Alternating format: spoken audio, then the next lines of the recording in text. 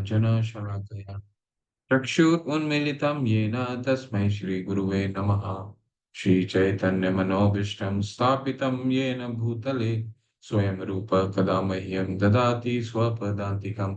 वन्देऽहं श्रीगुरु श्रीयुतपदकमलं श्रीगुरुं वैष्णवांश्च श्रीरूपं सागरजातां सहगना रघुनाथान्वितं सजीवं साद्वैतं सावधूतं परिजनसहिता कृष्णचैतन्यदेवं श्री राधा कृष्ण पादान सहगना ललिता श्री विशाखान्वितांश नमो विष्णुपादाय कृष्ण पृष्ठाय भूतले श्रीमते भक्ति वेदांत स्वामिनिति नामिने नमस्ते सरस्वते देवे गौरवाणी प्रचारिणे निर्विशेष शून्यवादी पाश्चात्य देश तारिणे वाञ्छाकल्पतरुभ्यश्च कृपा सिन्धुभ्येव च पतितानां पावनेभ्यो वैष्णवेभ्यो नमो नमः।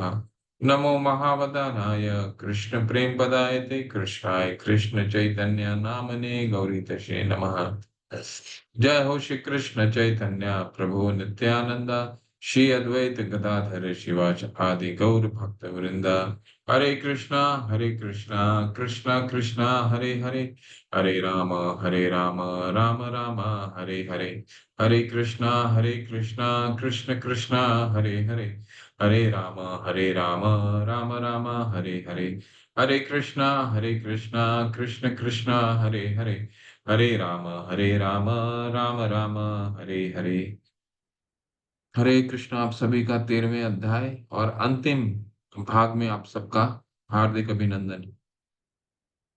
आज हम भगवत गीता के अंतिम 6 अध्याय की शुरुआत करने वाले हैं और 13वां अध्याय है। और ये 13वां जो अध्याय है ये आगे आने वाले 5 अध्यायों में क्या आने वाला है वो सारा का सारांश अभी आज हम उसमें पढ़ेंगे। और इस अध्याय का नाम है क्षेत्रज्ञ विभाग योग। बहुत ध्यान से सुनिएगा। पहले के कुछ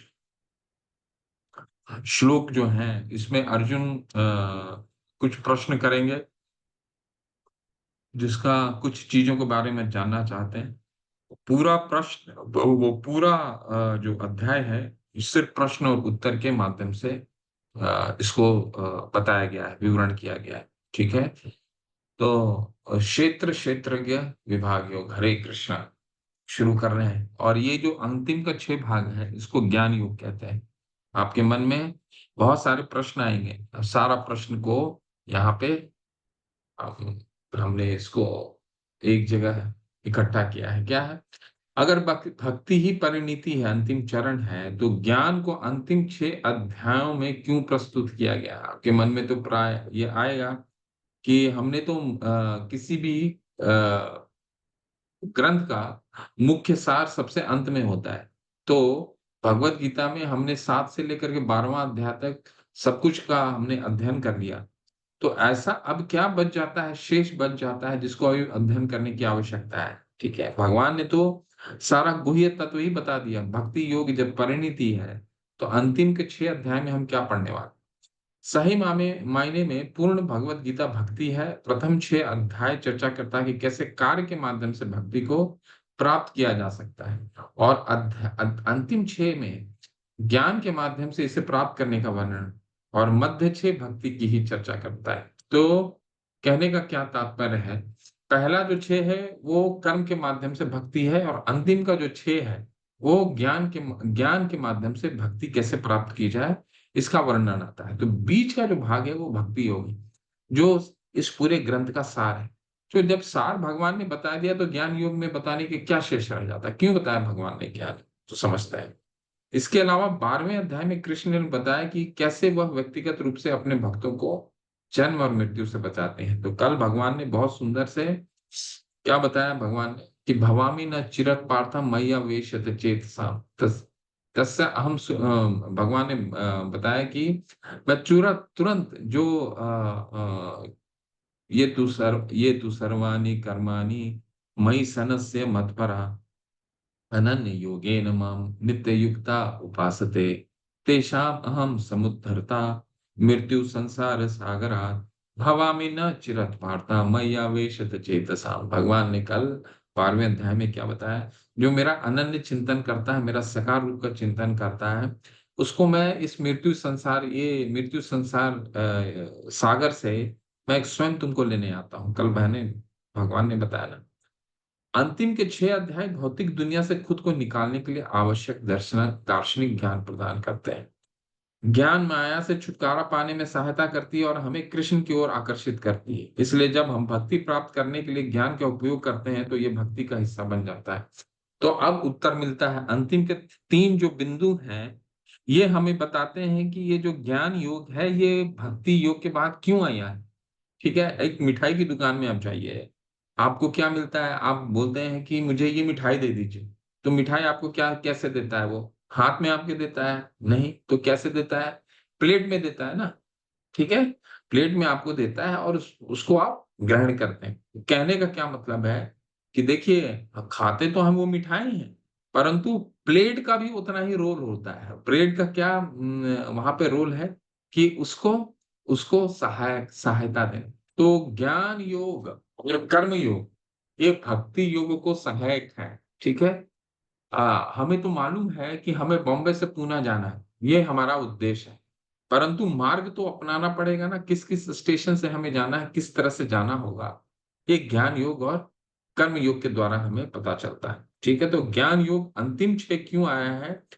क्योंकि जब हमें ज्ञान होगा कि किन चीजों को करना है और किन चीजों को नहीं करना है, तब हम जाकर के भक्ति योग के प्रति दृढ़ हो सकेंगे। इसलिए यहाँ पे बताया जा रहा है कि जब कोई भी ज्ञान भक्ति करने के लिए लगाया जाता है तो वो भक्ति का भाग बन जाता है, वो अलग से कुछ नहीं रह जाता।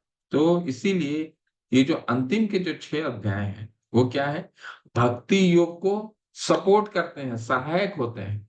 ठीक है ना, जैसे मैंने आपको बताया कैसा है कि हमें मिठाई खाना है, पर परंतु प्लेट की भी उतनी आवश्यकता है जो आपको मिठाई को रखने में काम करता है। ठीक है, इसीलिए जो 13वां अभी जो हम पढ़ने वाले हैं, 13, 14, 15, 16, 17, ये अध्याय बहुत मुख्य है, बहुत महत्वपूर्ण है।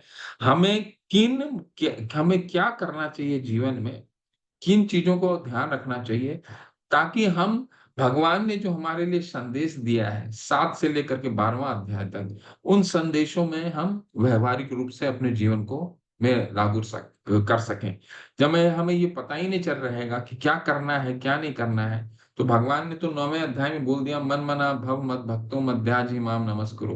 भगवान ने क्या बताया हमारे लिए? संदेश क्या दिया भगवान ने कि मेरे में मन लगाओ, मेरी भक्ति करो। ठीक है, ऐसा भगवान ने 9वें अध्याय में बताया।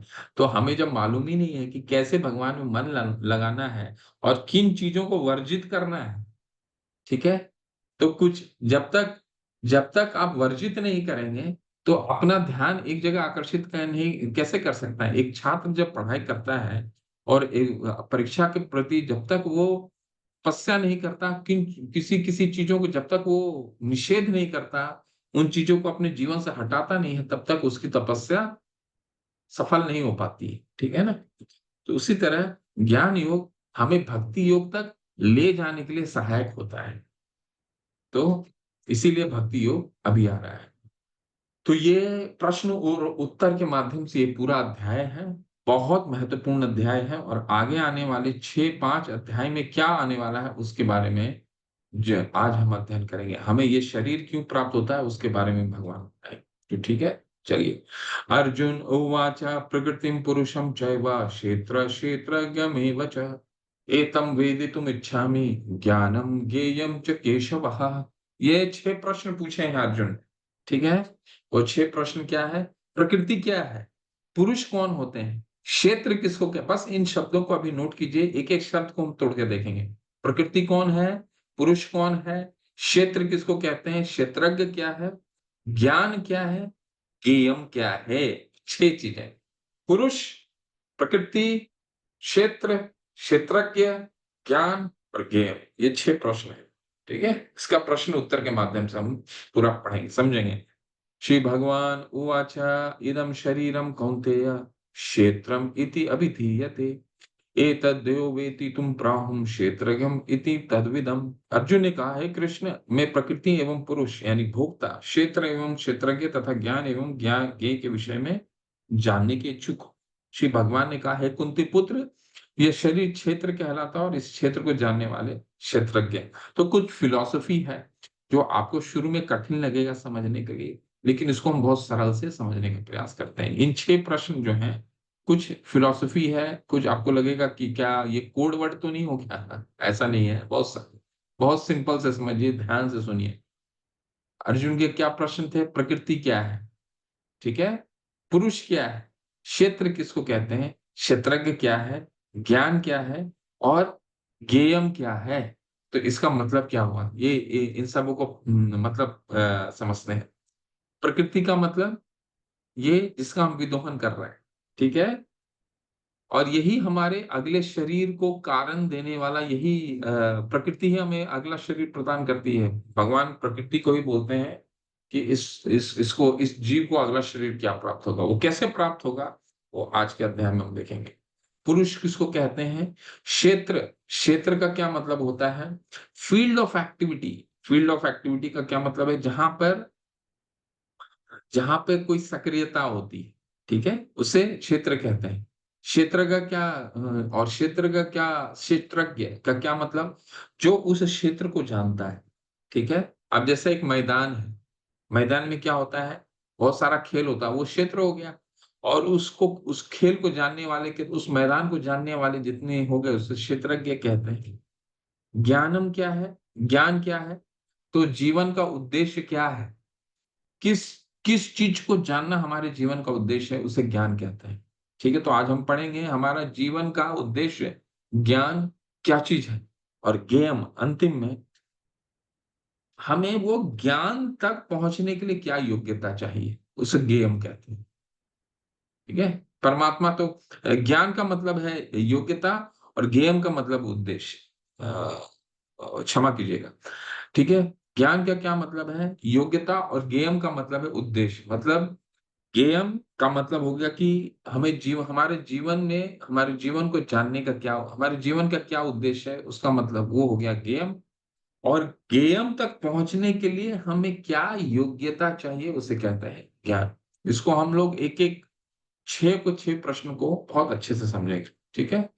सबसे पहले क्षेत्र को समझते हैं। क्षेत्र और क्षेत्रज्ञ किसको कहते हैं भगवान? क्षेत्रज्ञम च इमां विद्धि सर्व क्षेत्रेषु भारत, क्षेत्र क्षेत्रज्ञम यो ज्ञानम यत ज्ञानम मत मम। हे अर्जुन, अपने आप को समझना चाहिए कि मैं भी सभी शरीर को का ज्ञाता हूं, और इस शरीर के शरीर और उसके ज्ञाता को समझने को ज्ञान कहा जाता है, यही मेरी राय। तो इत्मीनान से समझते हैं, ठीक है। चलिए, क्षेत्र, सबसे पहले क्षेत्र और क्षेत्रज्ञ को समझते हैं, ठीक है। ये एक आपके सामने चित्र दिख रहा है, इसमें क्या दिख रहा है? एक खेत है, ठीक है। ये खेत है, यहाँ पे कई तरह के अनाज उपजाए जाते हैं। क्षेत्र, तो इसको क्या कहा गया? इसको क्षेत्र कहा गया, ठीक है। ये क्षेत्र है। क्षेत्रज्ञ कौन हो गया? क्षेत्रज्ञ जो इस जमीन का मालिक है, जो इसको जानने वाला है, उसको कहते हैं क्षेत्रज्ञ, पहला। लेकिन भगवान कहते हैं इसके अलावा भी एक क्षेत्रज्ञ, इस जमीन को जानने वाला और कौन एक आदमी है?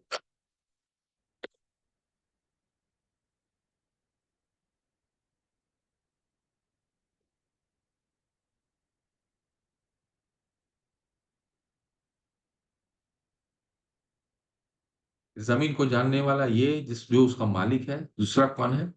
परम नियंता भगवान। कैसे? भगवान तो सभी के क्षेत्र के बारे में जानते हैं ना, है ना। और उदाहरण के रूप में मान लीजिए एक राज्य है, ठीक है। एक राज्य में कई जमीन है, ठीक है, कई किसान है। हर किसान अपने जमीन के बारे में जानता है, परंतु एक और व्यक्ति है जो उसकी जमीन के बारे में जानता है। कौन? राजा। राजा तो उस पूरे राज्य का सभी जमीनों का ज्ञाता है ना, ठीक है। ठीक उसी तरह आप जिस जहां जहां भी घर में रहते हैं, उस घर के भी दो ज्ञाता हैं। कौन कौन? एक तो आप जिनका घर होता है, ठीक है, और दूसरा कौन? सरकार, जहां पे जाकर के हम अपने घर को रजिस्ट्री कराते हैं, तो उनके बारे में उस पूरे राज्य में जितनी भी घर होता है, सबका ब्यौरा है, उसका मालिक कौन है, ठीक है? ठीक उसी तरह इस शरीर में भी इस शरीर को क्या कहा जाता है? क्षेत्र कहा जाता है। जैसे एक खेत है, वैसे ही हमारा शरीर को क्षेत्र कहा जाता है। क्या होता है क्षेत्र में? फील्ड ऑफ एक्टिविटी है, जितनी भी कर्म इंद्रियाँ हैं, सब यही है ना, हम इसी शरीर के द्वारा कर्म करते हैं ना, तो ये क्षेत्र है। इस क्षेत्र को जानने वाले कौन-कौन लोग हैं? 2 लोग हैं। कौन? एक जो इसकी व्यष्टि आत्मा है, जो इसका जीव है, आत्मा इस शरीर को जानता है। लेकिन आत्मा का एक लिमिटेशन है, क्या? लिमिटेशन है। आत्मा का एक सीमा है, वो सिर्फ़ उसी शरीर के बारे में जानता है जिस शरीर में वो वास करता है। वो दूसरे के शरीर में, वो आपको शरीर मेरा आत्मा आपके शरीर के बारे में नहीं जानेगा। परंतु इस शरीर में एक और क्षेत्रज्ञ है, वो इस शरीर के भी बारे में भी जानता है और जितने जीव हैं, सबके शरीर के बारे में जानता है। ठीक है? तो ये इस उदाहरण से 2 चीज़ें क्लियर होती हैं। क्षेत्र किसको कहते हैं? क्षेत्रज्ञ क्या है? क्षेत्र का क्या मतलब है? Field of activity. और क्षेत्रज्ञ के क्या मतलब है? कि फील्ड को जानने वाले, ये क्षेत्र को जानने वाले कितने लोग हैं। तो 2 लोग होते हैं, जो उस क्षेत्र का मालिक है और एक राजा। और इस केस में कौन हो गया? परमात्मा। परमात्मा सबके शरीर में रहते हैं, तो सभी के बारे में वो जानते हैं। है ना? और अर्जुन ने और क्या भगवान ने और क्या प्रश्न का उत्तर दिया? इस शरीर और उसके ज्ञाता को समझने को ज्ञान कहा जाता है, यही मेरी राय है। तो ज्ञेयम् का क्या मतलब है? ज्ञेयम् का मतलब है परमात्मा को जानना। और उस अ, परमात्मा को जानने के लिए हमें क्या योग्यता चाहिए, उसे कहते हैं ज्ञान। 6 प्रश्न हैं। पुरुष कौन होता है? क्षेत्र क्या है? क्षेत्रज्ञ क्या है? ज्ञान क्या है? ज्ञेयम् क्या है? प्रकृति क्या है? पुरुष क्या है? तो सबसे पहले हमने क्षेत्र और क्षेत्रज्ञ देखा। अब ज्ञान और ज्ञेयम् देखिए। विभिन्न वैदिक ग्रंथों में विभिन्न ऋषियों ने कार्यकलापों के क्षेत्र तथा उन कार्यकलापों के ज्ञाता के ज्ञान का वर्णन किया है। इसे विशेष रूप से वेदांत सूत्र में कार्य कारण के समस्त तर्क समेत प्रस्तुत किया गया। तो आज का अध्याय जो है, वो उस वो वेदांत सूत्र से भी लिया गया है। मतलब वो वेदांत सूत्र में भी इस अध्याय का वर्णन है। तो देखिए, भगवान जो है वो एक चीज़ हर हर जगह नोटिस कीजिएगा, भगवान कभी भी ये नहीं कह रहे हैं, ये मैं कह रहा हूँ इसलिए तुम मान लो। ठीक है? तो वो क्या कह रहे हैं? विभिन्न ऋषि और मुनियों ने भी ऐसा कहा है। ठीक है? तो भगवान ऋषि गण को अपने से आगे रखते हैं। ठीक है? अब हम बहुत ही महत्वपूर्ण कॉन्सेप्ट में आ रहे हैं। ठीक है? जिसको कहा जाता है ब्रह्मपुंज। इसको एक नोट करके रखिए, ब्रह्मपुंज अवस्था। ठीक है? ब्रह्मपुंज अवस्था क्या है? हम 5 अवस्थाओं के बारे में चर्चा करेंगे, जो वेदांत सूत्र में दिया गया है। हमारी शारीरिक अवस्था के बारे में चर्चा है। भगवान की शक्ति का प्राकट्य अन्य रूप में होता है, जिसका अर्थ है अस्तित्व के लिए भोजन पर निर्भरता, और यह ब्रह्म की भौतिकतावादी अनुभूति है। भगवान वेदांत सूत्र में भगवान के भौतिक रूप के 5 प्रकार दिए गए हैं। भगवान भौतिक जगत में 5 रूपों में प्रकट होते हैं। कैसे-कैसे? समझिए, बहुत ध्यान से सुनिएगा। और बहुत इम्पोर्टेंट है। सबसे पहला अन्नमयी रूप में होते हैं। अन्नमयी का रूप में मतलब भोजन। एक जीव के लिए सबसे पहले क्या आता है? भोजन आता है। ठीक है ना? तो भगवान भौतिक जगत में अपने आप को सबसे पहले भोजन के रूप में, अन्नमय के रूप में उत्पन्न होते हैं। ठीक है? भोजन सबके लिए बेसिक नेसेसिटी है, चाहे वो मनुष्य हो या पशु हो। तो भगवान का पहला जो रूप होता है, वो अन्न के रूप में आता है। ठीक है? अन्नमय रूप में आता है। ठीक है? इसके हमें ऐसा लगता है कि अगर हम रोज़ाना जीवन जिए, तो हमें लगता है इसको हम टेकन फॉर ग्रांटेड लेते हैं। अन्नमयी जिनके घरों में अन्न आता रहता है, वो उनसे पूछिए जिनको खाने के लिए दिक्कत है। या फिर हमारे साथ ही ऐसा एक्टिविटी हुआ था कब? जब हम कोरोना पहला चरण का कोरोना हुआ था और सरकार ने पूरी बंदी लॉकडाउन किया था। तो आप स्मरण कीजिए कि राशनों के दुकान में कितनी लंबी-लंबी कतारें लगती थी। जिनकी बहुत बड़ी-बड़ी गाड़ियाँ थी, वो भी कतार लगा रहे थे। जो साइकिल वाले थे वो भी कतार लगा रहे थे। तो भगवान क्यों? क्योंकि उस सबको भय हो गया था कि पता नहीं कल को लॉकडाउन हो गया, अनाज मिलेगा नहीं मिलेगा क्या, तो लोग अपने घरों में जितना था उससे 10 गुना ज्यादा भरने का प्रयास कर रहे थे। तो ये भगवान सबसे पहले अन्नमयी रूप में प्रकट होता है। अन्न मिलने के बाद ही हमारा दूसरा कार्य शुरू होता है। क्या है दूसरा कार्य? अन्न में परम सत्य की अनुभूति करने के पश्चात फिर प्राणमयी रूप में मनुष्य सजीव लक्षणों या जीवन रूपों में परम सत्य की अनुभूति करता है। तो भगवान फिर जब अन्न मिल जाता है तो भगवान का हम स्मरण करते हैं ना, अन्न की प्राप्ति हो गई। ठीक है। जब अन्न अन्न प्राप्त हो जाता है, इसके बाद प्राणमय रूप में भगवान प्रकट होते हैं। प्राणमय रूप मतलब इसके बाद हम अपनी सुरक्षा देखना चाहते हैं। एक घर मिल जाए, ठीक है, जहां पर सारे परिवार एक साथ मिलकर रहे। ये अवस्था जो है हमारी भी वही अवस्था है, और पशु का भी वही है। पशु भी प्राणमय रूप अपनी सुरक्षा देखता है, अपने बच्चों की सुरक्षा, चाहे वो गुफा में रहता हो, चाहे कहीं और रहता हो, पर वो सुरक्षा निश्चित रूप से वो रहने का अपना ढंग, अपने और अपने परिवार, अपने बच्चों का वो रहने का जगह ढूंढ लेता है। तो हम में और पशु में अभी तक कोई अंतर नहीं है। हमको भी बेसिक अन्न चाहिए, पशु को भी बेसिक अन्न चाहिए। हम भी एक बार जब हमें अन्न प्राप्त हो जाता है तो हम भी, प्राण की सुरक्षा के लिए देखते हैं, उसी तरह पशु भी। तीसरी अवस्था क्या है? ज्ञानमय रूप में यह अनुभूति सजीव लक्षणों से आगे बढ़कर चिंतन, अनुभव तथा आकांक्षा तक पहुंचती है। इसके बाद भगवान तीसरे रूप में ज्ञानमय रूप में आते हैं। ज्ञानमय के मतलब अनुभूति। ठीक है। हमने 9 बजे खाया है, तो आपको भूख की अनुभूति अनुभूति जैसी ये खाना हमारे पाचन तंत्र कार्य संपन्न हो जाता है, तो कल सुबह आपको भूख की अनुभूति दोबारा लगती है। और ये अनुभूति हमारे में भी आती है, पशुओं में भी आती है। कभी कभी हाँ, हमें लगता है कि पशुओं की अनुभूति नहीं होती, बिल्कुल होती है। आप कभी भी किसी भी जानवर को अपने सड़क के बाहर, अपने गेट के बाहर 2 रोटी दे करके देखिए, अगला अगला दिन उसी समय वो जानवर आपको आएगा खाना खाने के लिए। क्यों? क्योंकि उससे भी अनुभूति होती है। तो यहां तक मनुष्य और पशु में कोई फर्क नहीं। फर्क कहाँ आता है? अगले 2 में देखिए। तब ब्रह्म की उच्चतर अनुभूति होती है, जिसे विज्ञानमय रूप कहते हैं, जिसे जीव के मन तथा जीवन के लक्षणों को जीव से भिन्न समझा जाता है। इसके बाद एक लक्षण आता है जिसमें वो अपने अस्तित्व के बारे में जानने का प्रयास करता है, जिज्ञासा करता है। मनुष्य जिज्ञासा नहीं कर सकता। शास्त्र मनुष्यों के लिए बने हैं, पशुओं के लिए नहीं बने। क्यों? क्योंकि उसके माध्यम से वो अपने जीवन की सार्थकता को तलाश सकता है, जिज्ञासा कर सकता है। ठीक है। कोई भी चीज को पूछ सकता है। और जैसे मैंने एक बार उदाहरण दिया था कि कसाई घर के बाहर जानवर को कटना है तो एक लाइन में खड़े कर सकते हैं। जानवर को बस एक भोजन दे दीजिए, उसे नहीं पता है कि अगले क्षण वो उसका वध होने वाला, कटने वाला है। परंतु अब मनुष्यों को उसी तरह अगर कतार में आप खड़ा कीजिएगा तो वो जिज्ञासा करेगा कि मैं लाइन में क्यों खड़ा किया गया। ठीक है।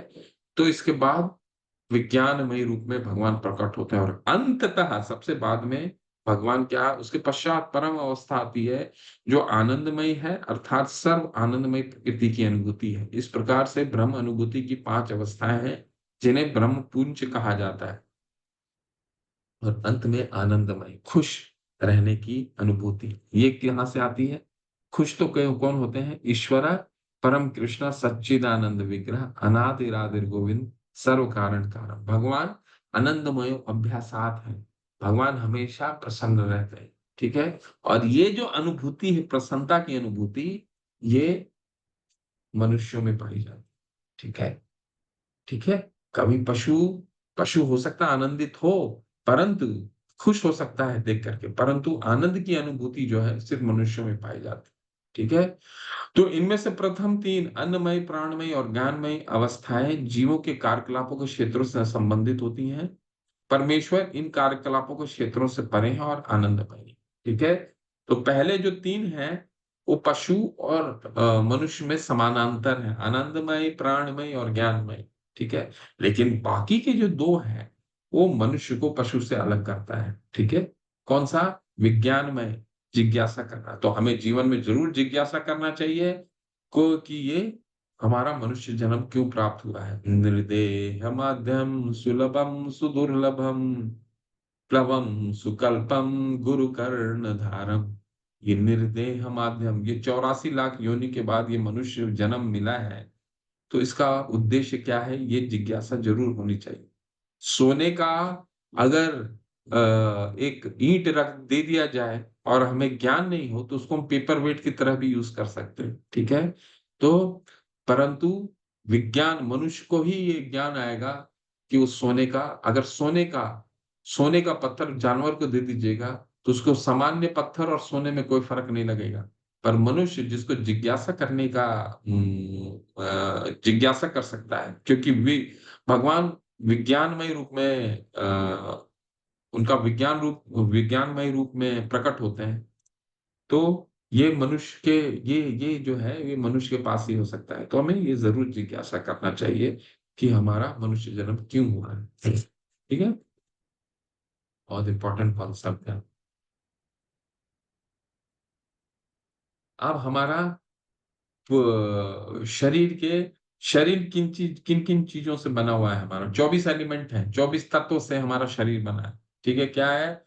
पंच महाभूत, अहंकार, बुद्धि, अव्यक्त अवस्था, 3 गुणों में 10 इंद्रियाँ तथा मन, 5 इंद्रिय विषय, इच्छा, द्वेष, सुख, दुःख, संघात, जीवन के लक्षण तथा धैर्य, इन सब को संक्षेप में कर्म का क्षेत्र तथा उनके अंत क्रियाएँ कही जाती हैं। ठीक है? तो हमारा जो शरीर है 24 एलिमेंट से बना है। कैसे-कैसे? पंचभूत का क्या मतलब है? पंचभूत का मतलब है अग्नि, जल, वायु, आकाश और आसमान। खम, पंचभूत, मन, बुद्धि, और अहंकार, मन, बुद्धि, अहंकार 8 हो गए, ठीक है? इसके बाद आते हैं ज्ञान इंद्रियाँ जिनके द्वारा हम ज्ञान लेते हैं, ठीक है? ये ज्ञान इंद्रियाँ क्या हो गया? कान हो गया, नाक हो गया, मुख हो गया, आँखें हो गई, ठीक है? जीवा हुआ और त्वचा हो गया, ठीक है? कर्म इंद्रियाँ जिनके द्वारा हम कर्म करते हैं, ठीक है? हाथ हो गया, पैर हो गया, कंठ हो गया, ठीक है? जनेंद्रिया हो गए और गुदा हो गई, जिनके द्वारा हम कर्म करते हैं। इसके बाद 5 इंद्र विषय हो गए। इंद्र विषय मतलब नाक से सूँघना, कान से ध्वनि, आँखों से रूप, जिह्वा से स्वाद और कंठ से त्वचा से स्पर्श। तो ये हो गए विषय, ठीक है? और 24वाँ एलिमेंट क्या है? प्रधान। मैंने एक दिन आपको शायद आपको समझाया कि किसी और ठीक है। तो ये जब प्रकृति इनएक्टिव स्टेट में रहती है, जब प्रलय होता है तो इनएक्टिव स्टेट में चली जाती है। प्र प्र प ये गर्भोदक्षाय विष्णु के अंदर समा जाती है। ये जो सृष्टि है इनएक्टिव स्टेट में, इसको प्रधान बोला जाता है। ये थोड़ा-सा अभी आपको समझने में हो सकता है मुश्किल पड़े, परंतु इसको जान लीजिए बस कि हमारा शरीर जो है 24 एलिमेंट से बना है, 24 एलिमेंट से बना है। 13वां अध्याय का 6 और 7 श्लोका जब आप लेवल 2 में जाएँगे, तो इसको विस्तार से इसको समझाया जाएगा। परंतु अभी के लिए ये हमें जानना बहुत ज़रूरी है। 24 एलिमेंट, 24 एलिमेंट्स, ठीक है? हाँ। अब आते हैं हम अगले 2 पड़ाव पे। कौन-सा है? क्षेत्र समझ लिया, क्षेत्रज्ञ समझ लिया। आप समझते हैं ज्ञेयम् और ज्ञान। ज्ञेयम् का जैसे मैंने आपको क्या बताया है, भगवान को जानना ज्ञेयम् यानी अपने जीवन का उद्देश्य क्या है? जीवन में उद्देश्य किसको जानने का उद्देश्य उसको ज्ञेयम् कहते हैं। और इस उद्देश्य को पूर्ति के लिए हमें क्या योग्यता चाहिए, उसे ज्ञान कहते हैं। ठीक है? हाँ। क्या हमें क्या योग्यता चाहिए? ठीक है, आपको मान लीजिए कोई छात्र का उद्देश्य है मान लीजिए इंजीनियर बनना, तो इंजीनियर बनने के लिए कुछ तो योग्यता चाहिए ना? इंजीनियर बनना क्या है? गेयम है, यानी यहाँ पे परमात्मा को जानना अ, उसका प्रतीकात्मक है कि उसको इंजीनियर बनना है। और जो योग्यता हासिल करेगा उसको उस अपने उद्देश्य तक पूर्ण करने के लिए उसे ज्ञान कहा जाता है। ठीक है? तो अब हम पढ़ने वाले हैं कि गेयम को जानने के लिए क्या योग्यता, क्या ज्ञान अर्जित होना चाहिए। अमानित्यम अधिभित्तम अहिंसा शांति आर्जवम आचार्य उपासनम शौचम स्थैर्यम आत्म विनिग्रह इंद्रिया अर्थेषु वैराग्यम अहंकार एव च जन्म मृत्यु जरा व्याधु दुख दोषानुदर्शनम आसक्तिरिन विषंगम पुत्र द्वार गृहादिषु नित्यं च समाचित्तम इष्टानिष्टोपपीतिषु मयि चानन्य योगेन भक्तिरव्यभिचारिणी विवक्त देश सिवित्तम तिजर्न संसदि अध्यात्म ज्ञान नित्यत्वम तत्व ज्ञान दर्शनम एतत् ज्ञानमिति प्रोक्तम अज्ञानम यतो अन्यथा। क्या चाहिए, क्या योग्यता चाहिए भगवान को जानने के लिए? वो देखिए नम्रता को। वैसे तो भगवान ने कल के अध्याय में आपको स्मरण होगा हमने क्या चर्चा किया था कि भगवान को भक्तों में क्या क्या गुण चाहिए, वही योग्यता है। वो दोबारा चर्चा है आज क्या क्या है, इसको हम लोग थोड़ा सा फास्ट चलेंगे इस पर। नम्रता, हम्बलनेस, ठीक है। सम्मानित सम्मानित होने की संतुष्टि के लिए उत्सुक रहना। हमारा जीवन ही निकल जाता है सम्मानित होने के लिए, ठीक है। कोई हमें सम्मान क्यों नहीं दे रहा है, ठीक है। हम सम्मान कहाँ चाहते हैं? बाहर में तो चाहते ही हैं, अपने परिवार में भी हम सम्मान चाहते हैं और अपने भाई बहनों के बीच में भी हम सम्मान चाहते हैं। जिनके साथ हम बड़े होते हैं उनसे ही सम्मान की अपेक्षा करते हैं। तो ये भगवान यहाँ क्या बता रहे हैं कि क्या योग्यता चाहिए? नम्रता, सम्मानित होने की संतुष्टि के लिए उत्सुक ना होना। कल हमने इसको पढ़ चुके हैं। दम, अ, मान अपमान से परे, शिष्टता, समझना कि तुम शरीर नहीं हो, और इस प्रकार सम्मान।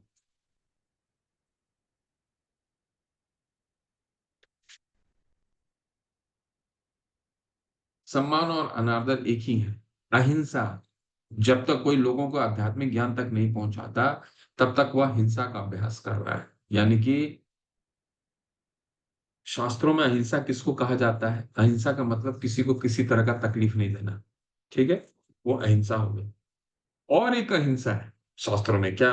अगर भगवान के बारे में हमें कुछ भी ज्ञान, तो हमें तुरंत दूसरे को उस ज्ञान को बांटना है, ठीक है। सहनशीलता, दूसरों से अपमान और मान अपमान सहने का अभ्यास करें। सादगी, जीवन जितना सादगी इतना सीधा कि आप दुश्मन के सामने भी सच का खुलासा कर सकते हैं। जितना सरल रहेंगे, जितना सादा जीवन रहेगा, उतना हम बहुत ही प्रसन्न रहेंगे। तब हम भगवान को जानने का, देखिए ये सब भगवान को जानने के लिए ये सब योग्यता चाहिए, ठीक है। सहनशीलता, सादगी, एक आध्यात्मिक गुरु को स्वीकार करना। एक आध्यात्मिक गुरु तो निश्चित चाहिए, उससे पहले भक्ति शुरू ही नहीं होती, ठीक है। स्वच्छता, कम से कम बाहरी शारीरिक 2 या 3 बार कम से कम स्नान करना, स्वच्छ रखना। और आंतरिक भीतर कैसे? भगवान का हरिनाम का जप कर, ठीक है। स्थिरता, शीतोष्ण सुख दुखदा,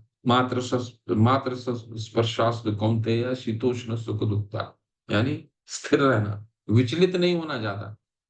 आत्मसंयम, इंद्रियों को नियंत्रित करना, ठीक है। खाना खाने के बाद भी कई बार क्या होता है, कई लोगों को आप देखिएगा बाहर जाएंगे और कुछ चीज उसको खाने की उत्कंठा है, कुछ पकौड़े देख लिया, कुछ मिठाई देख लिया, पेट भरा हुआ है, इसके बावजूद इंद्रिय पे संयम नहीं है, तो क्या होगा? वो जाएगा बाहर, फिर उसको ग्रहण करेगा, संयमित नहीं है। झूठे अहंकार की अनुपस्थिति, अस्वीकार में शरीर नहीं मन स्वीकार करना कि मैं कृष्ण का सेवक हूँ। बुराई की धारणा, अनासक्ति, इवन माइंडेडनेस, निष्काम भक्ति सेवा, एकांत जगह में रहने की ख्वाहिश। तो ये कुछ योग्यता है जो भगवान बता रहे हैं कि ये योग्यता यानी ये ज्ञान अर्जित करनी पड़ेगी, तब हम गेम तक पहुंच सकते हैं, ठीक है। तो अब गेम के बारे में जानते हैं। अब मैं तुम्हें गे के विषय में बतलाऊंगा जिसे जानकर तुम नित्य ब्रह्म का आस्वादन कर सकोगे। यह ब्रह्म या आत्मा जो अनादि है और मेरे अधीन है, इस भौतिक जगत के कार्य कारण से परे स्थित है। तो गेम क्या है? गेम का मतलब है परमात्मा। परमात्मा को जानना ही हमारा जीवन का उद्देश्य है। तो अभी हमने क्या-क्या पढ़ लिया? क्षेत्र पढ़ लिया, क्षेत्र के मतलब फील्ड ऑफ एक्टिविटी। क्षेत्रज्ञ क्या है? 2 लोग क्षेत्रज्ञ हैं, जो उस क्षेत्र के मालिक हैं और भगवान, भगवान सभी क्षेत्रों के मालिक हैं, सभी के शरीर के बारे में जानते हैं। दूसरा क्या पढ़ा हमने? ज्ञान क्या है और ज्ञेयम क्या है, ठीक है? ज्ञेयम का मतलब क्या हुआ? परमात्मा को जानना ज्ञेयम है और उसके लिए जो योग्यता चाहिए उसे ज्ञान कहते हैं, ठीक है? सर्व इंद्रिय गुना। चलिए अभी परमात्मा का कुछ कैरेक्टरिस्टिक के बारे में हम भगवान भगवान के परमात्मा जो हमारे शरीर में रहते हैं, उनका कुछ चरित्र के बारे में हम अभी जानते हैं। उनका क्या कैरेक्टरिस्टिक है?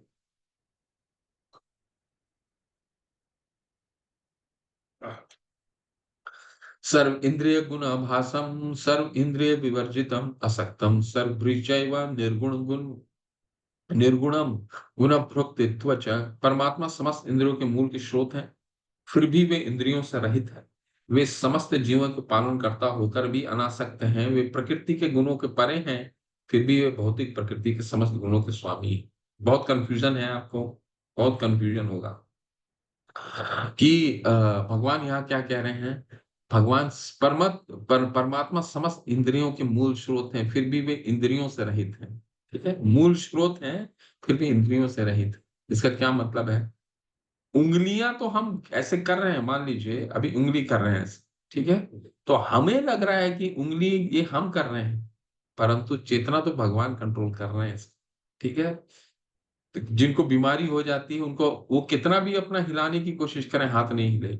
ठीक उसी तरह मान लीजिए आपके घर में बिजली है, ठीक है, और बिजली का स्रोत कहीं से पावर हाउस से आ रहा है, ठीक है। जो व्यक्ति को ये नहीं मालूम है कि पावर हाउस से बिजली आ रहा है, तो वो तो सोचेगा कि ये जो मेरे उंगली के पास बटन है जिसको मैं स्विच ऑन स्विच ऑफ कर सकता हूँ, इसका मालिक तो मैं ही हूँ। स्विच ऑन करूंगा बत्ती जल जाएगी, स्विच ऑफ करेगा तो बत्ती बंद हो जाएगी, ठीक है। परंतु उसके ये नहीं मालूम है कि वो जो बिजली है वो पावर हाउस से आ रहा है। जिस दिन वो पावर हाउस कट हो गया, कितना भी उस स्विच को ऑन ऑफ करते रहिए, ऑन ऑफ करते रहिए, बिजली बत्ती नहीं जलने वाली। तो भगवान यहाँ कह रहे हैं, मैं सभी का मूल का इंद्रियों का मूल का स्रोत हूँ, ठीक है। ये आंख का मटकना, ये उंगली का चलना, खाना का पचना। हम कोई भी खाना खाते हैं, 15वें अध्याय में हम पढ़ेंगे, खाना खाना हम खा तो लेते हैं, पर खाना पचाने की शक्ति हमारे में नहीं होती है ना। खाने की पचाने की शक्ति नहीं होती, खाना भी भगवान पचाते हैं। कल हम 15वें अध्याय में पहुंचेंगे तो हमें भगवान बताएंगे कि मैं किस तरह तुमको मदद करता हूँ, तेरा पालन करता क्या, कैसे मैं पालन करता हूँ, ठीक है। परम सत्य समस्त जीवों के बाहर तथा भीतर स्थित है। भगवान हर जगह है, ठीक है। चर अचर के बाहर तथा भीतर स्थित हैं। वे भौतिक इंद्रियों के द्वारा जानने या देखने से परे हैं। यद्यपि वे अत्यंत दूर रहते हैं, किंतु हम सबों के निकट भी हैं। भगवान अपने धाम में भी हैं और हमारे हृदय में भी है, एक एक कण में भी है भगवान, ठीक है। हम कितने लोग सुबह का मंगल मंगल आरती करते हैं, कितने लोग मंगल आरती करते हैं, हरि बोल लिखिए। मंगल आरती कितने लोग अटेंड करते हैं? आप लोग हरि बोल लिख सकते हैं, ठीक है। कितने लोग मंगल आरती, क्योंकि मंगल आरती सभी एक प्रश्न है, इसीलिए मैं आप लोग से पूछ रहा हूँ कि कितने लोग मन, और या फिर ये समझिए कितने लोग नरसिंह स्तुति को जानते हैं। नरसिंह प्रार्थना कितने लोग जानते हैं, जो सुबह सभी मंदिरों के मंगल आरती में गाई जाती है। वो नरसिंह स्तुति कितने लोगों को ज्ञान है? हैंड रेज कर सकते हैं। कोई अटेंड नहीं करते मंगल आरती?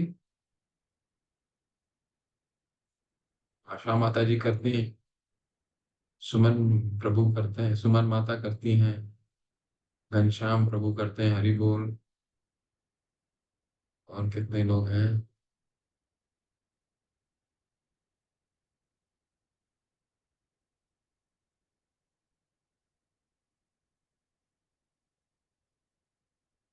घनश्याम गणेश्वरी माता करती हैं, ठीक है। 1 2 3 4 5, ओके।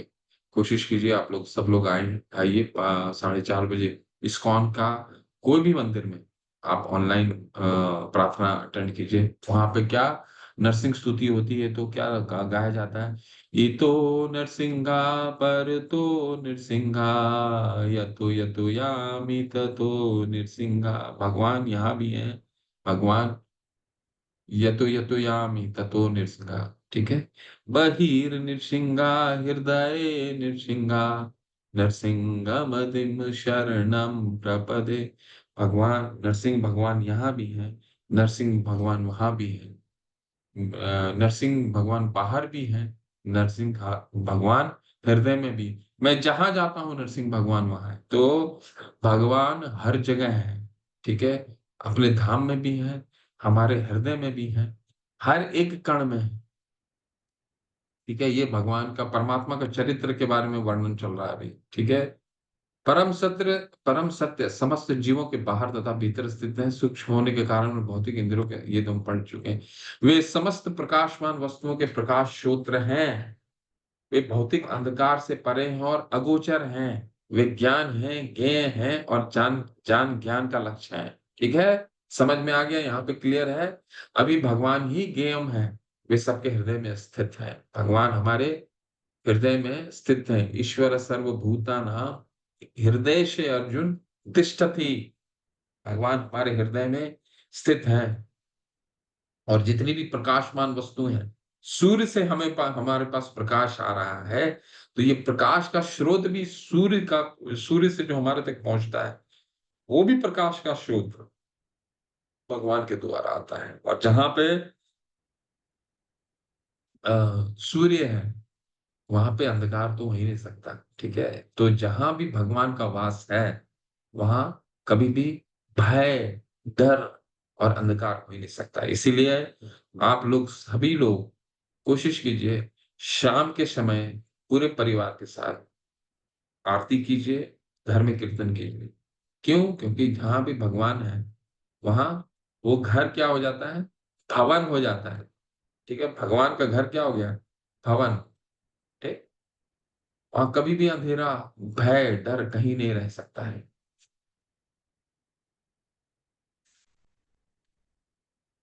इस प्रकार मैंने कर्म क्षेत्र, ज्ञान तथा ज्ञेय का संक्षिप्त में वर्णन किया। इसे केवल मेरे भक्त ही पूरी तरह समझ सकते हैं और इस तरह मेरे स्वभाव को प्राप्त कर सकते हैं, ठीक है। भगवान के भक्त ही भगवान के को जानने का लक्ष्य को समझ सकते हैं, भगवान को जानने के लिए किन किन योग्यताओं को चाहिए वो समझ सकते हैं, ठीक है। अब बहुत ही अंतिम का दो प्रश्न बच गया है। क्या प्रश्न बच गया है? पुरुष और प्रकृति। ज्ञानम हमने क्षेत्र देख लिया, क्षेत्रज्ञ देख लिया, ज्ञान देख लिया, ज्ञेयम देख लिया। अब पुरुष और प्रकृति, ये समझिए। प्रकृति और पुरुष के बीच का जो संबंध है, यही हमारा अगले शरीर का कारण बनता है। हम अगला शरीर क्या पाने वाले हैं, ये पुरुष और प्रकृति का इंटर रिलेशन से बनता है, ठीक है। चलिए वही पढ़ता है। प्रकृति तथा जीवों को अनादि समझना चाहिए, उनके विकार तथा गुण प्रकृति जन्य है। तो प्रकृति और जीव क्या है, अनादि है। अनादि का क्या मतलब है, ये कब से आ रहे हैं, जीव और प्रकृति शाश्वत है, अनादि बहुत समय से आ रहे हैं, ठीक है। तो आपके मन में प्रश्न आएगा कि जीव अनादि से है, तो जो प्रलय आता है तो क्या कहाँ चले जाते हैं? तो ये दोनों सुषुप्त अवस्था में चले जाते हैं, ठीक है। भगवान गर्भोदक्षाई विष्णु के अंदर समाहित हो जाते हैं, सुषुप्त, जब बड़ा प्रलय आता है सुषुप्त अवस्था में चले जाते हैं। और जब भगवान को ये सृष्टि दोबारा करनी पड़ती है, तो अपने दृष्टिपात से प्रकृति में दृष्टिपात करते हैं, उससे सारा जीव जो है एक्टिव हो जाता है, ठीक है। तो इस तरह से जो है जीव, प्रकृति का दोबारा, सृष्टि का दोबारा निर्माण होता है, ठीक है। उदाहरण के रूप में मान लीजिए एक कार है, एक गाड़ी है, ठीक है। वो गाड़ी के पास, उसमें पेट्रोल भी है, उसमें इंजन भी कार्यरत है, सारे टायर लगे हुए हैं, ठीक है। लेकिन घर में अगर उसका आपके घर में रखी हुई है, तो क्या है, इनएक्टिव स्टेट में है, जैसे ही उसको ड्राइवर प्राप्त हो जाता है, तो क्या हो जाता है वो चलायमान हो जाती है, वो एक्टिव स्टेट में चली जाती है। तो इससे क्या कहते हैं, इस प्रकृति और जीव जो है अनादिकाल से है, ठीक है? बहुत सालों से। अब ये पुरुष और प्रकृति का रिलेशन देखिए जिसके कारण हमारे शरीर मिलता है। अगला जो 3 जो श्लोक हैं, ये बताएंगे कि क्या हमें शरीर कैसे प्राप्त होता है। कार्य कारण कृतत्वे हेतु प्रकृति रुच्यते, पुरुषम सुख दुःखानां भोक्तृत्वे हेतु रुच्यते। प्रकृति समस्त भौतिक कारणों तथा कार्यों के हेतु कही जाती है और जीव इस संसार में विविध सुख दुख के भोग का कारण कहा जाता है। तो हमारा शरीर, इस शरीर को प्रकृति प्रकृति जिस तरह विदोहन करेंगे, हमारा शरीर वैसे ही प्राप्त होगा। ठीक है? जैसे ही विदोहन करेंगे, वैसे ही प्राप्त होगा। प्रकृति समस्त भौतिक कारणों के तथा कार्यों के हेतु कही जाती है। ठीक है? और जीव इस संसार में विविध सुख दुख के भोग का कारण कहा जाता है। इसको और हम विस्तार से समझते हैं कि कैसे, ये देखिए। पुरुषं प्रकृतिस्थो हि भुंजते प्रकृति जान गुणान कारणम गुण संगोस्य सद सद्योनिसि जन्मसु। इस प्रकार जीव प्रकृति के 3 गुणों का भोग करता है। वह प्रकृति में ही जीवन बिताता है और यह उस प्रकृति के साथ उसकी संगति के कारण है, जिस तरह से उत्तम तथा अधम योनियां मिलती रहे। तो कहने का तात्पर्य ये है कि अगला जो शरीर हमें प्राप्त होगा, वो कैसे प्राप्त होगा? इस शरीर का जैसे हम प्रकृति का विदोहन करेंगे, वैसे ही प्राप्त होगा। ठीक है? भगवान ने हमारे को शरीर दिया, मनुष्य शरीर दिया है। अगर हम उसको जानवर जैसा इस्तेमाल करेंगे, तो अगला योनि उसी जानवर का जैसा प्राप्त होगा। मान लीजिए हम खुद भी कुछ भी खा रहे हैं। हमारा शरीर, मनुष्य का शरीर कुछ भी खाने के लिए नहीं बना है। ठीक है? कुछ भी खाने के लिए नहीं बना है। हमारा शरीर की अपनी सीमाएं हैं। कभी आपने देखिए, जो प्रकृति की सीमाओं को लांघता है वो सिर्फ और सिर्फ मनुष्य है, और कोई नहीं लांघता है प्रकृति की सीमाओं को। कोई पशु भी नहीं लांघता है। क्यों? क्योंकि वो भोग योनियां है, हम कर्म योनि है। शेर को आपने कभी भी घास और गाय का भोजन खाते हुए देखा है, या गाय को कभी भी शेर का भोजन खाते हुए देखा है? ठीक है? तो कोई भी प्रकृति के दूसरे जीव प्रकृति का विदोहन नहीं करते हैं। जिस तरह से विद्रोह तो सभी करते हैं, जिस तरह से उनका अनुशासन का पालन नहीं करते हैं, वह है मनुष्य। ठीक है? हमारा जैसा हमें शरीर प्राप्त हुआ है, अगर उसका प्रयोग उस तरह से नहीं करते हैं, अब मान लीजिए हम इस पूरा जीवन खाने के लिए लगा देते हैं, तो अगला शरीर तो वही मिलने वाला है जो पशु सिर्फ इतना खा लेता है, सिर्फ खाने का कार्य करता है। ऐसा कौन सा पशु है जिसका सिर्फ खाने का? हाथी क्या, हाथी अगर एक समय का खाना हमारे एक सामान्य एवरेज ह्यूमन बीइंग का 3 महीने का खाना सिर्फ हाथी एक समय का खाता है। ठीक है? तो हमारा शरीर जैसे हम प्रकृति का विदोहन करेंगे, अगला जो शरीर है वैसे ही प्राप्त होगा। अगला श्लोक में भी क्या कहा गया है? अगर हम इस शरीर को रविवार मिलता है, किसी और दिन मिलता है, 6 घंटे भगवान ने कहा है पर्याप्त हैं। प्रभुपाद जी बताते हैं कि क्या बताते हैं कि 6 घंटे, न ज्यादा सोना, न ज्यादा आमोद प्रमोद, न ही ज्यादा अ,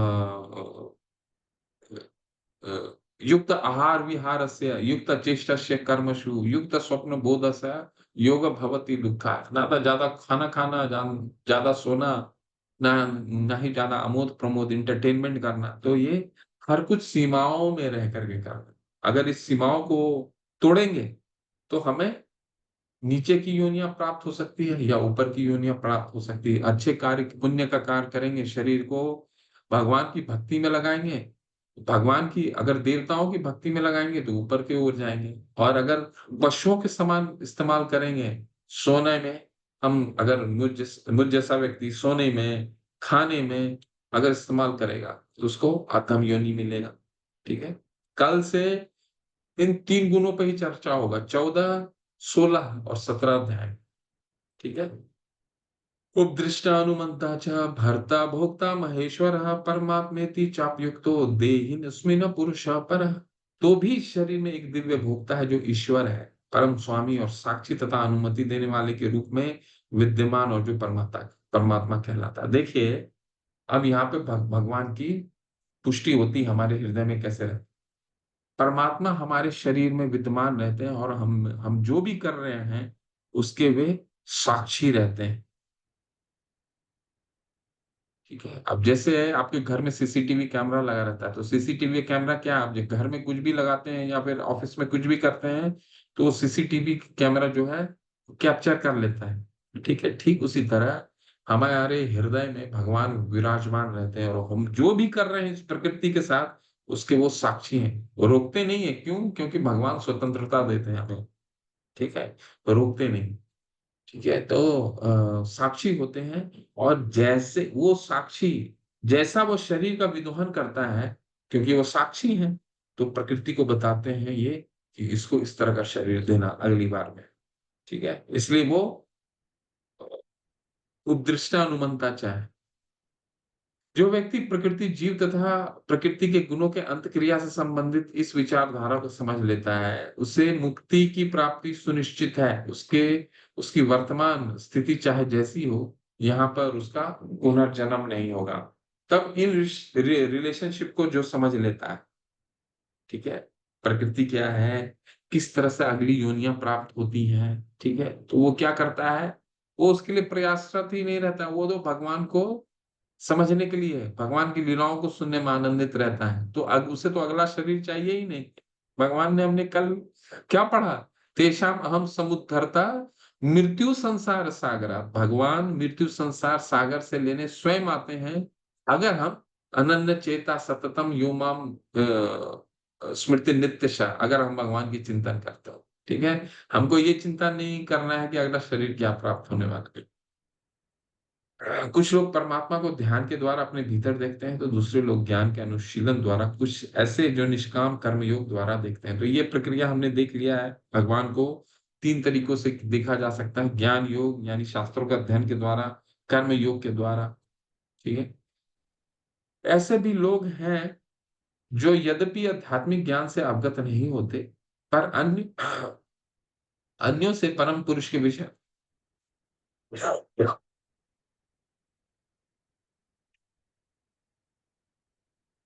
अन्यों से परम पुरुष के विषय में सुनकर उनकी पूजा करने लगते हैं। ये लोग भी प्रामाणिक पुरुष श्रवण करने की मनोवृत्ति, पुरुषों को श्रवण करने की मनोवृत्ति होने के कारण जन्म तथा मृत्यु को, पथ को पार कर जाते हैं। ऐसे कई लोग हैं जो स्वयं को उनको ज्ञान नहीं होता है, परंतु वो परम पुरुष से सुनते हैं, यानी कि भगवान के भक्तों से सुनते हैं, तो फिर वो भी परम सिद्धि को प्राप्त होते हैं। जैसे उदाहरण के रूप में आप देखिए, देवहूति माता, देवहूति माता थी, भगवान की ही माता थी, और अंत में उनकी शिष्या भी बनी।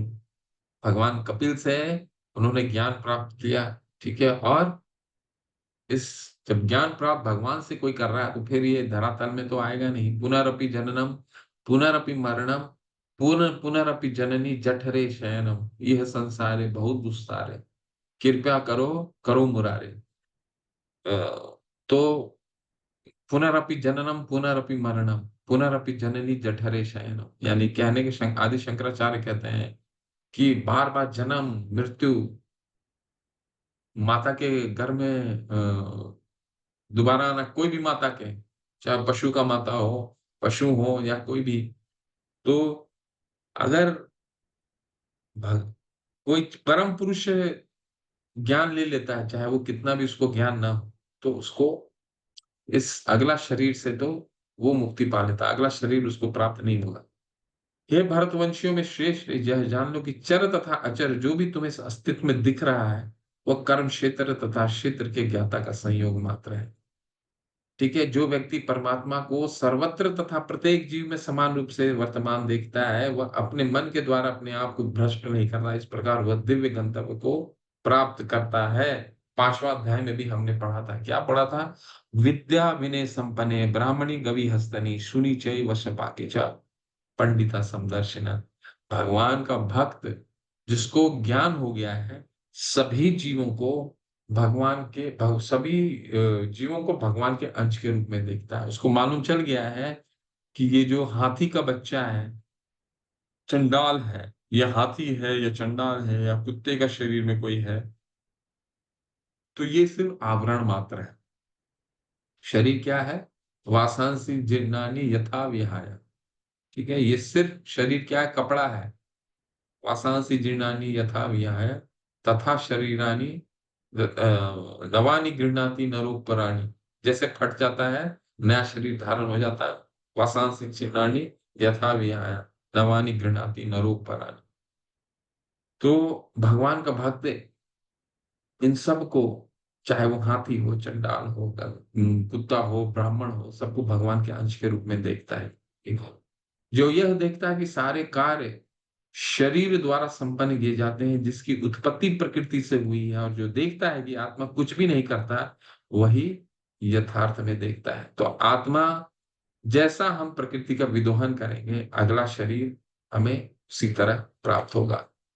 यद्यपि आकाश सर्वव्यापी है, किंतु अपनी सूक्ष्म प्रकृति के कारण किसी वस्तु से लिप्त नहीं होता। उसी तरह ब्रह्म दृष्टि में स्थित आत्मा शरीर में स्थित रहते हुए शरीर से लिप्त नहीं होता। तो शरीर, आत्मा जो है, वो शरीर के कार्यों में भाग्य नहीं,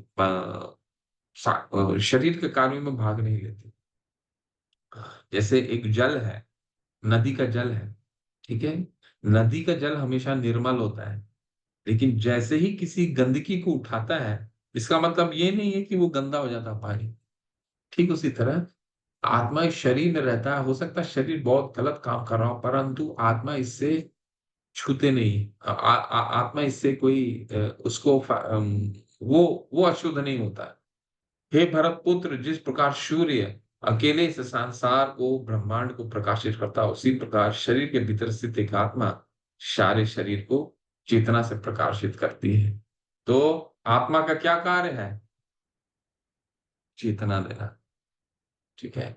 बल्ब का क्या कार्य होता है? लाइट देना। ठीक उसी तरह आत्मा का क्या कार्य है? चेतना देना। ये उंगली चल रहा है, आंख हमारी चल रहे हैं, हाथ घूम रहा है, क्यों? क्योंकि चेतना है। जिस दिन आत्मा इस शरीर को पलायन करता है, उस दिन ये शरीर एक जड़ हो जाता है और कुछ ही घंटों में डिकम्पोज होने लग जाता है। ठीक है? तो आत्मा क्या करता है? पूरे शरीर को ऊर्जा प्रदान करता है, चेतना देता है। ठीक है? जो लोग ज्ञान के चक्षुओं से शरीर तथा शरीर के ज्ञाता के अंतर को देखते हैं और भव बंधन से मुक्ति की विधि को भी जानते हैं, उन्हें परम लक्ष्य प्राप्त होता है। ठीक है? पढ़ते हैं ना? जो लोग ज्ञान के चक्षुओं से शरीर तथा शरीर के ज्ञाता को अंतर को देखते हैं। ज्ञान के चक्षु, ज्ञान का चक्षु कहां से आएगा? तद विद्धि प्रणिपाते न परिप्रश्ने न सेवया। भगवान के भक्तों को सुनिए, उनसे हमारा थोड़ा सा ज्ञान प्राप्त होगा। भगवत गीता का अध्ययन कीजिए, हम लोग सभी का है। अगर हम इन सबों का अध्ययन करते हैं, तो हम शरीर और शरीर के भेद को, शरीर और उनके अंदर आत्मा को, भेद को हम जान सकते हैं। ठीक है? और भव बंधन से मुक्ति की विधि को भी जानते हैं, उन्हें परम लक्ष्य प्राप्त होता है। इस अध्याय के बारे में प्रभुपाद जी क्या लिख रहे हैं? इस 13वें अध्याय का तात्पर्य यही है कि मनुष्य को शरीर, शरीर के स्वामी तथा परमात्मा के अंतर को समझना चाहिए। उसे श्लोक 8 से लेकर 12 तक में वर्णित मुक्ति की विधि को जानना चाहिए। तभी वह परम गति को प्राप्त हो सकता है। मुक्ति की विधि क्या है?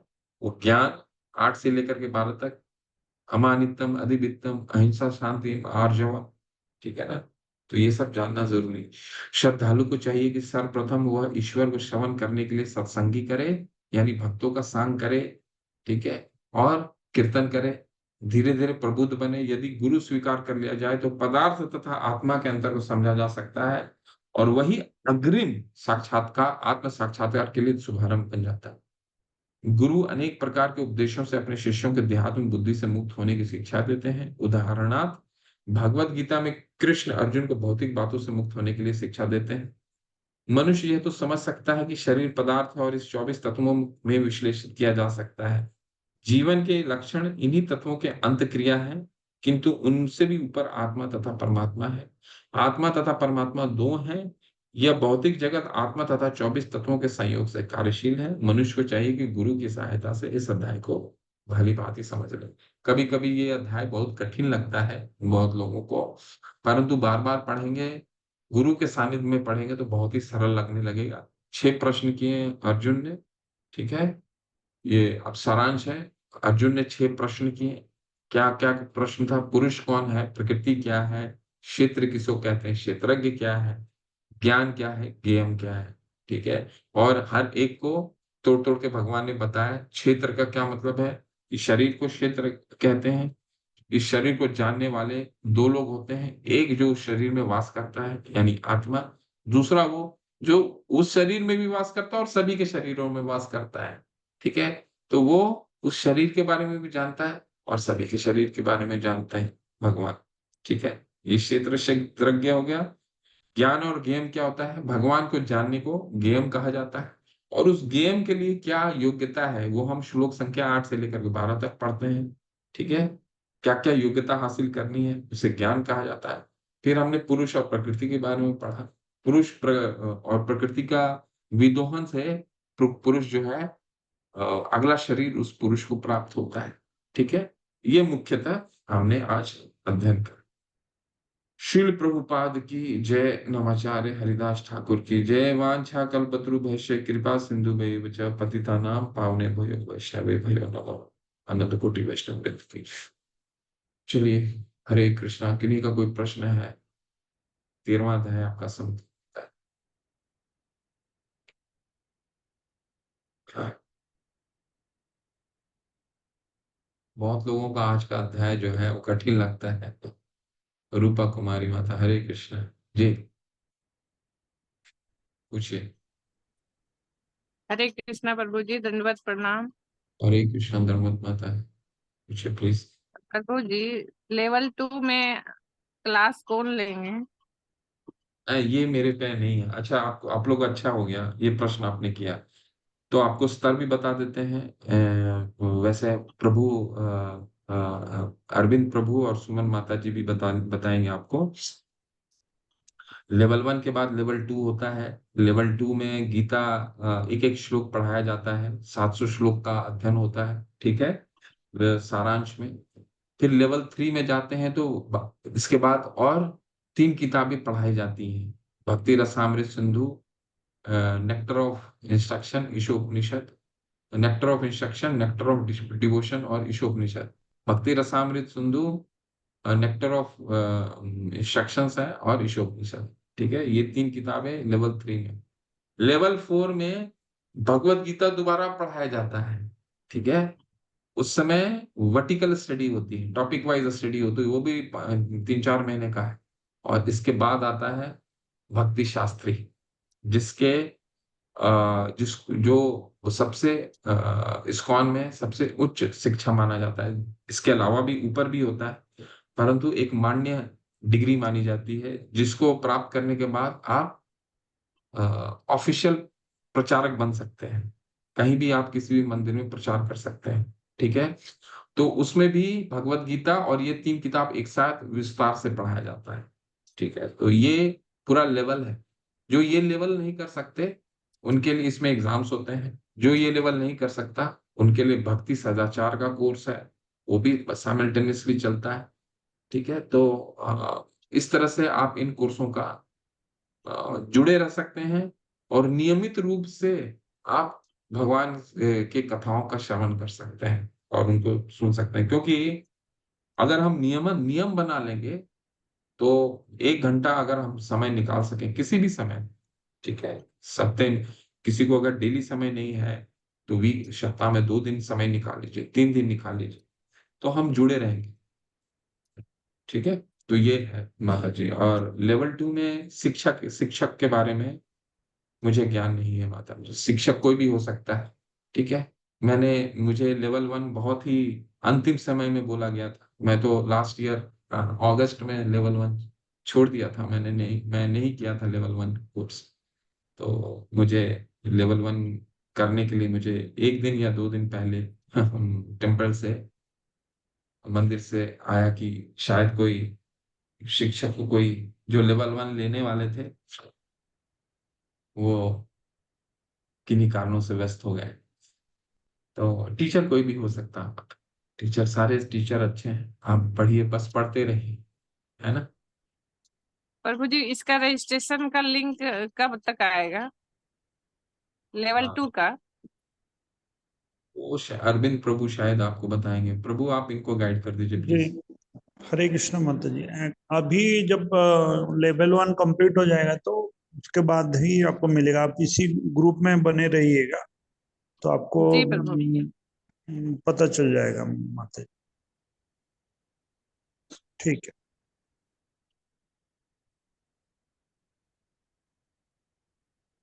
हरे कृष्णा आशा माता जी।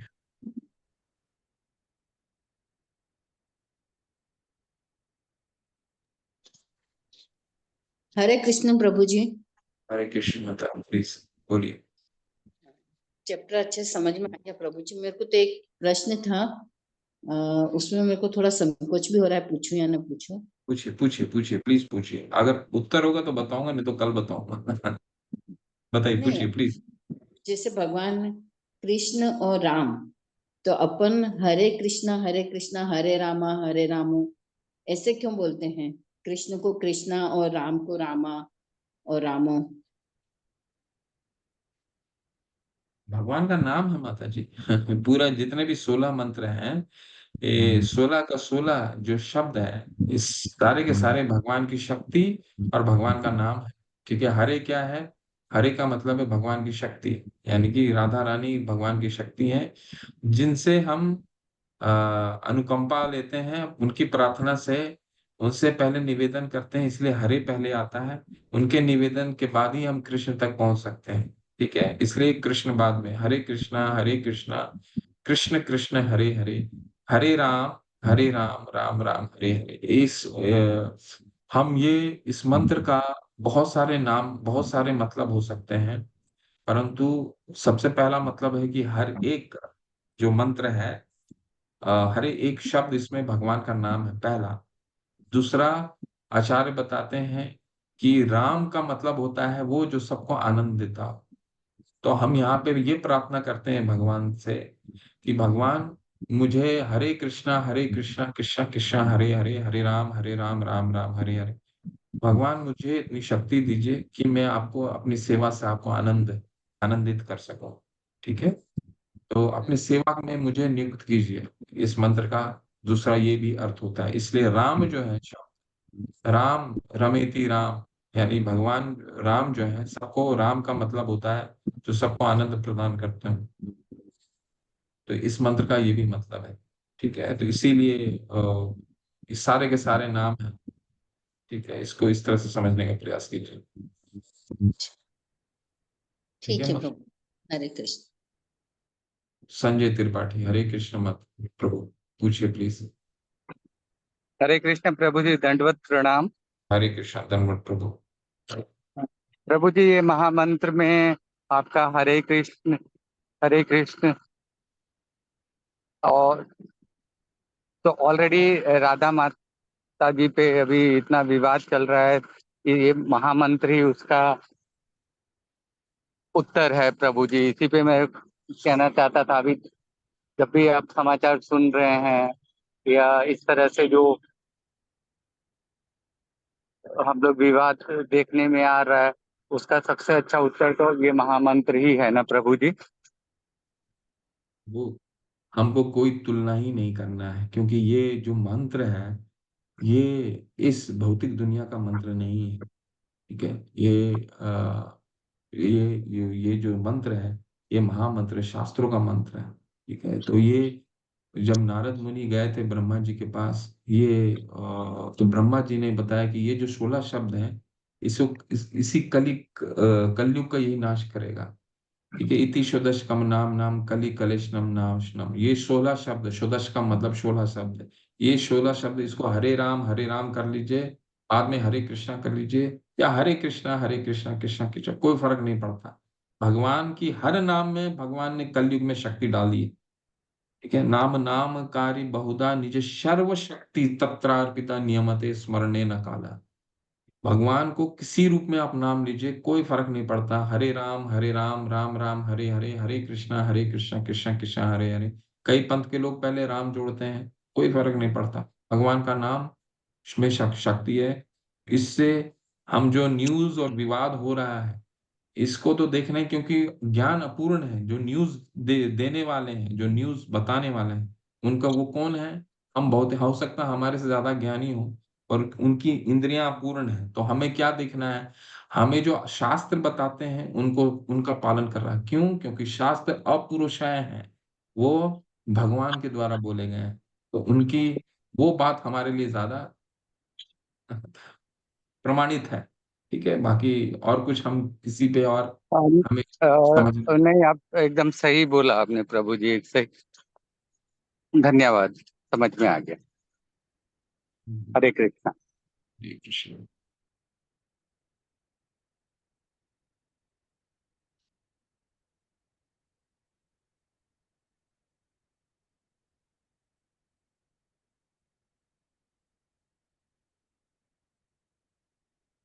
ठीक है, चलिए।